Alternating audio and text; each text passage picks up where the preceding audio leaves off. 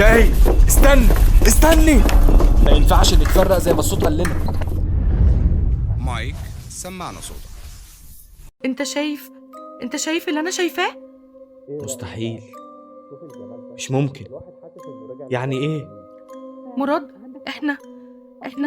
احنا ازاي لسه شايفين نفسنا لسه داخلين؟ مش عارف انا مش فاهم حاجة.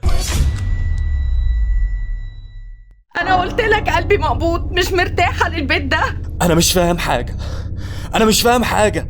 ايه اللي بيحصل ده؟ هو ايه اللي مش حقيقي يا مراد؟ مين اللي بيتكلم ده؟ مش عارف.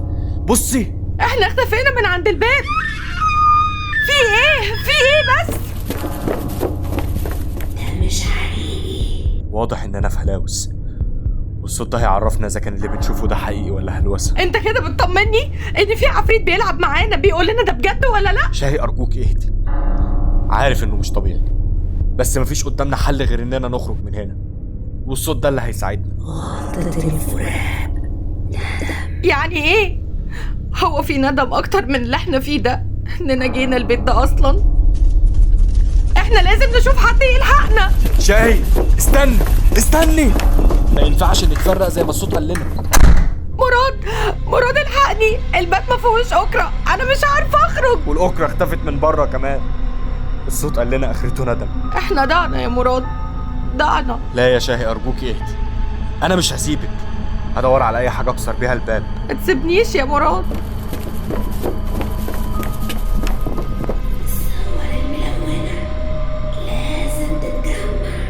يعني ايه؟ انا مش فاهم حاجه.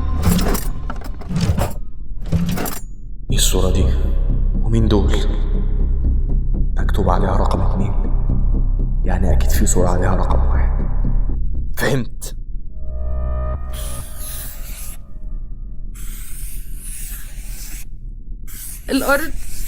الارض مش دايما ثابته.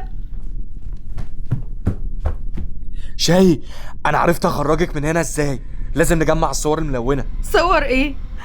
انا لقيت مكتوب قدامي الارض مش دايما ثابته. شاي، عشان خاطري امسكي نفسك.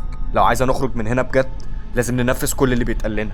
دوري عندك، اكيد هتلاقي معنى للكلام ده. احنا خلاص مش هنخرج من هنا ابدا. حته الخشب دي مش ثابته في الارض زي الباقي. كويس يا حبيبتي، شاطره. شوفي ايه اللي تحتها لحد ما اروح ادور على الصوره التانية. مش لازم يتقفل؟ يعني ايه؟ انا مش فاهمه حاجه. اهدي، هتعرفي تفكري. ايه اللي ما ينفعش يبقى مقفول ولازم يتفتح؟ الصوره متاخده من مكان شبه الصاله، يبقى تكملتها اكيد هنا ولا هنا. لقيتها. شاهي، انا لقيتهم. انت لقيتي حاجه عندك؟ مش فاهمه اعمل ايه.